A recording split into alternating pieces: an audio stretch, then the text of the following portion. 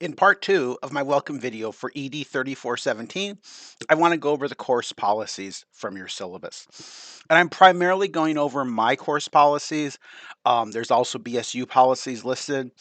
You have almost certainly seen those multiple times. I'm not going to go over those. If you have questions about anything in the syllabus, please reach out. This video should not replace reading the syllabus.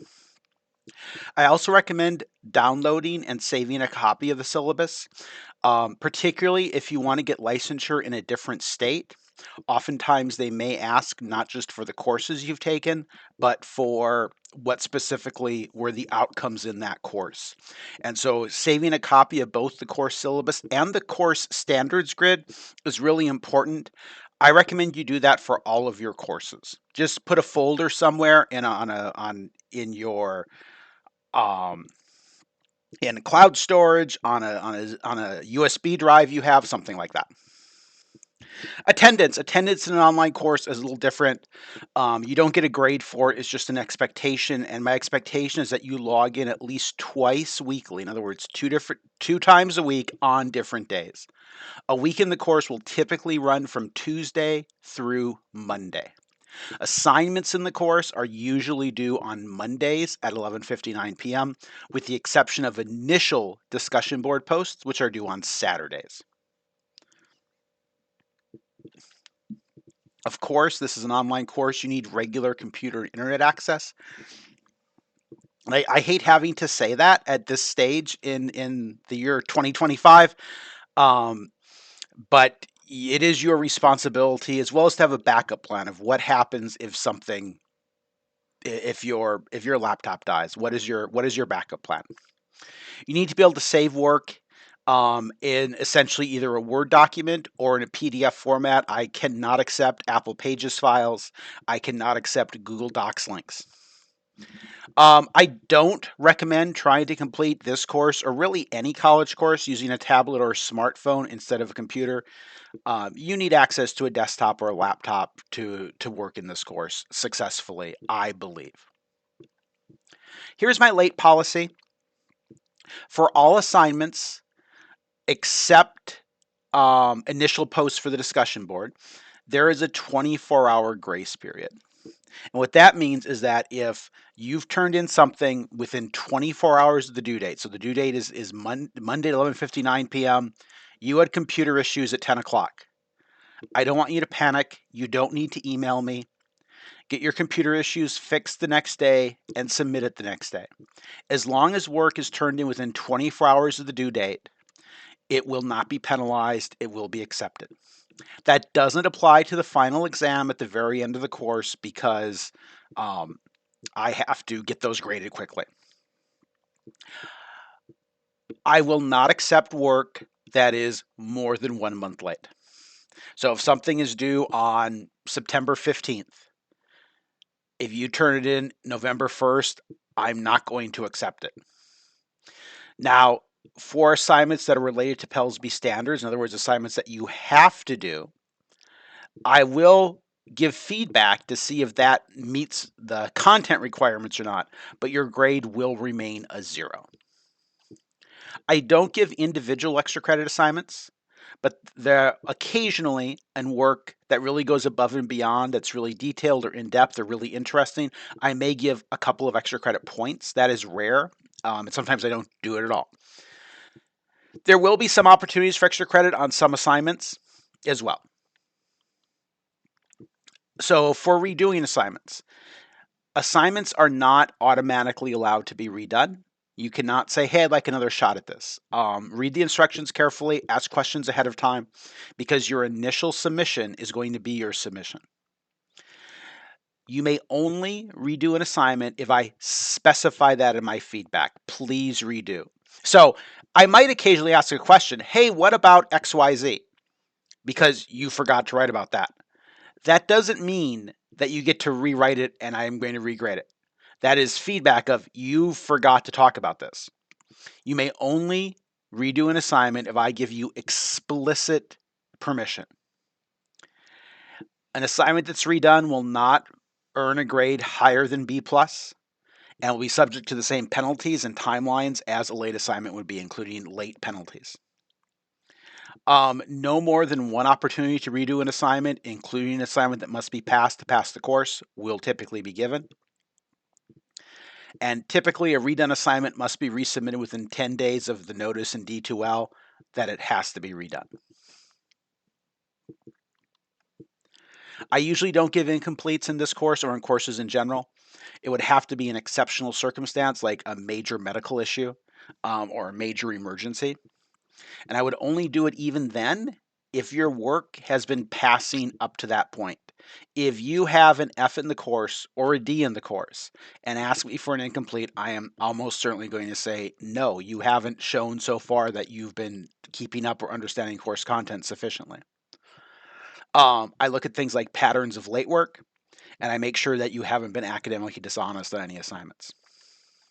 For withdrawals, if you feel the need to withdraw from the course, please talk with me first.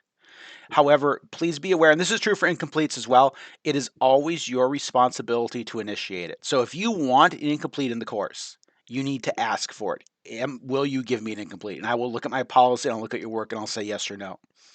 For withdrawals, it's the same thing. I am not allowed to withdraw a student. It's up to you to make a withdrawal. The deadline is given in e-services for each course.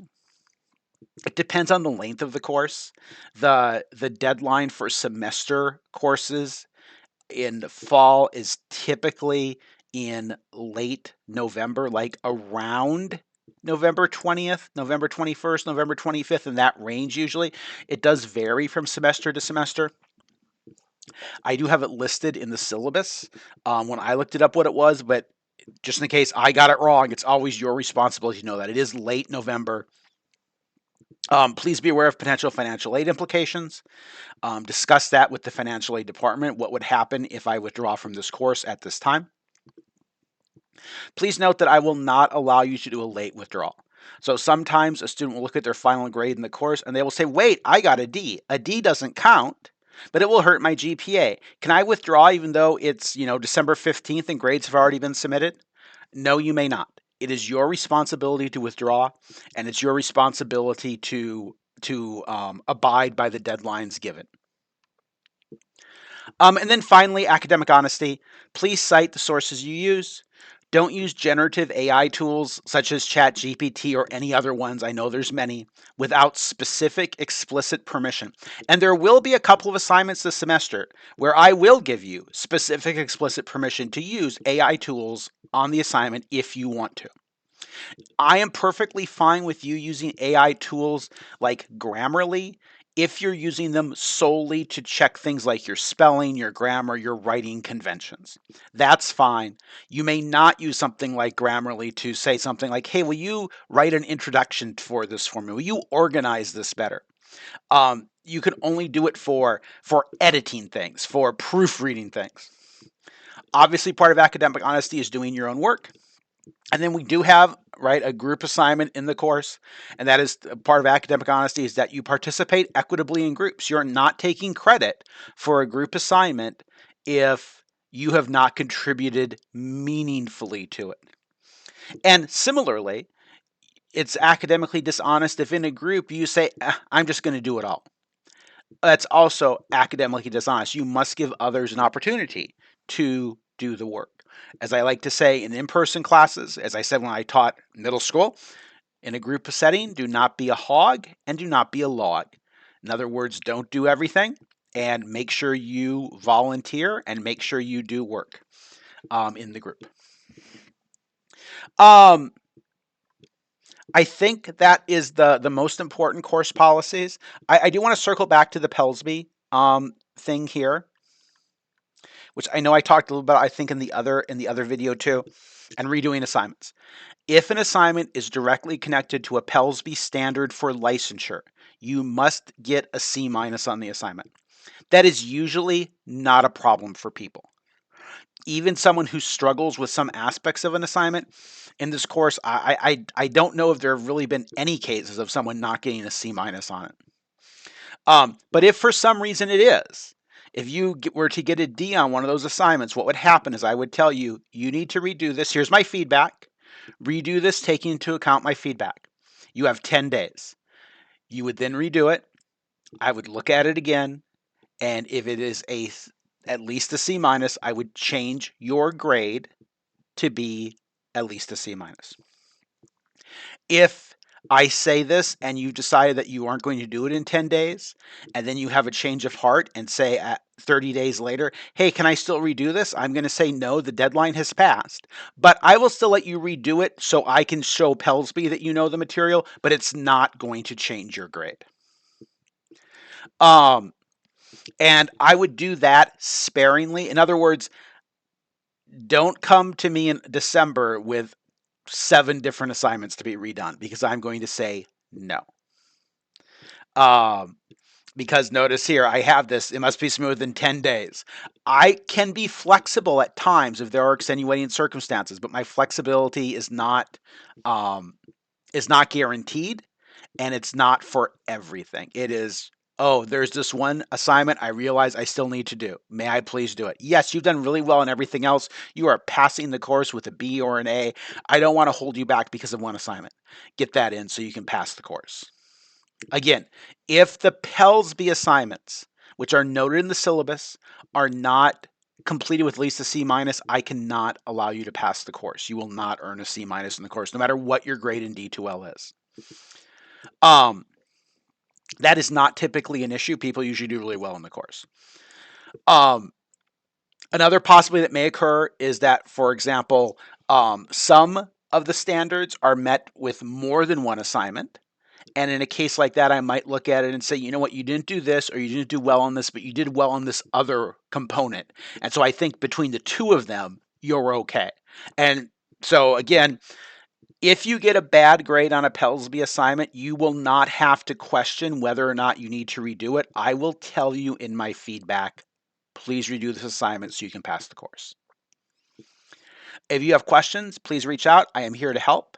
I wish you every success this semester in all of your courses, including this one, and thank you for watching.